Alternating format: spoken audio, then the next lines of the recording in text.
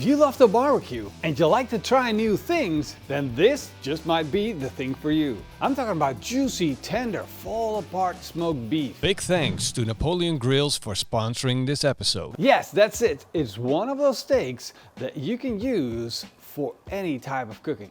You can grill this steak like a steak, you can cook it low and slow, and the good thing is it will always taste amazing. I'm talking about the flat iron steak. Originally, these two pieces of meat were connected together, and in between was a big chunk of silver skin. The butcher was so kind as to remove that for me. So now I have two beautiful steaks. And why are these steaks so good to barbecue with? Well, for one, they have a lot of intermuscular fat. Look at that.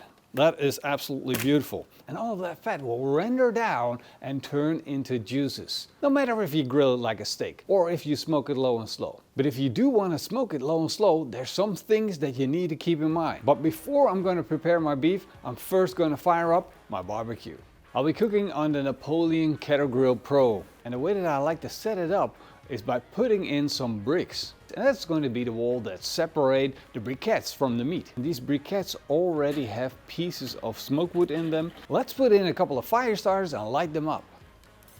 Time to put in the cast iron grill grates. And while I wait for the grill to be fired up, I'm going to prepare my flat iron steaks. Let's get these beauties on the board. Look at that. This is so beautiful. The butcher did an amazing job at preparing the pieces of meat, so all I have to do is season them. And I'll be using a little bit of PITMASTERX beef seasoning. I'll put on a nice layer. Of course, I'm going to season both sides. I'm going to shape this to be almost even flat. Now, if I push this out, you see that the end is going to be wider than the beginning. I don't want that, so I'm just gonna push this in a little bit. But here comes the real trick, because I can just put these on the barbecue and smoke them as they are. But they have so much surface that they will lose a lot of moisture during the smoking process. So I'm going to take this and roll it up.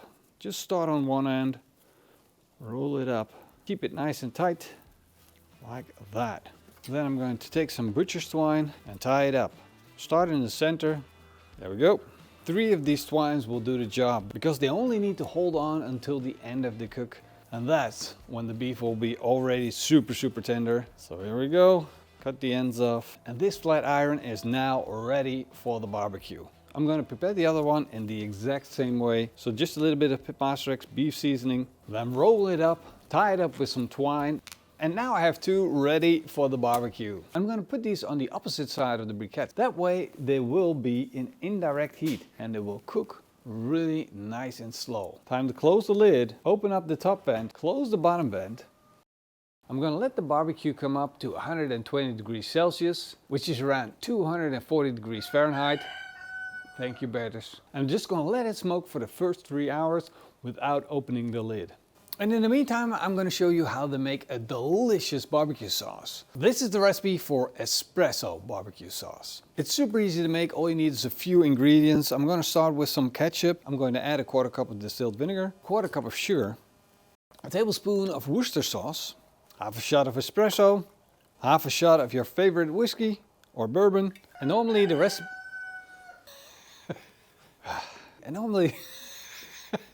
Normally the recipe is with the Texas barbecue seasoning, but this time I'm going to use the beef seasoning. Yes, now I know. Thank you very much. A tablespoon of that will pair up perfectly together with our beef.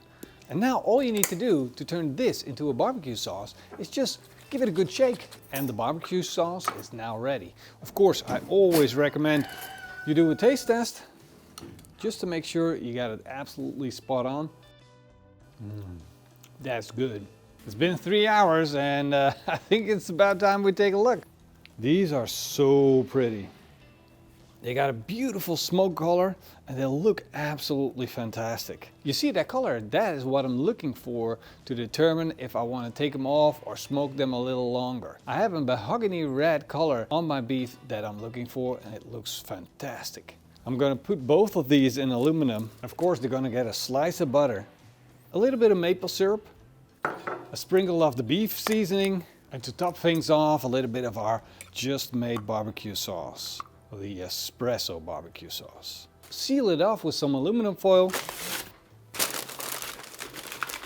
And then it's time to put it back on the barbecue. I set the barbecue to run at the temperature of 140 degrees Celsius, and that is going to bring the beef up to temperature. I'm looking for a core temperature of around 94 degrees Celsius, and then we'll check back.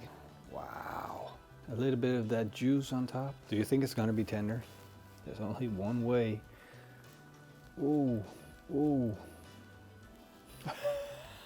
Now that is tender. Look at that. Okay, let's do one more. Cut it with a fork to prove how tender that is. Look at that smoke ring. Insane. Cutting it with a fork, that is tenderness. Let's give this a try. This is good. This is some serious barbecue meat. You know, I always love flat iron steak, but rolled up and smoked like this, that's a treat. I just like it way better than just the seared flat iron. All right, I hope you guys enjoyed this. And if you did, then let me know. You know what to do. Thumbs up will help us. A comment down below will help us. And see you guys in the next video. Cheers.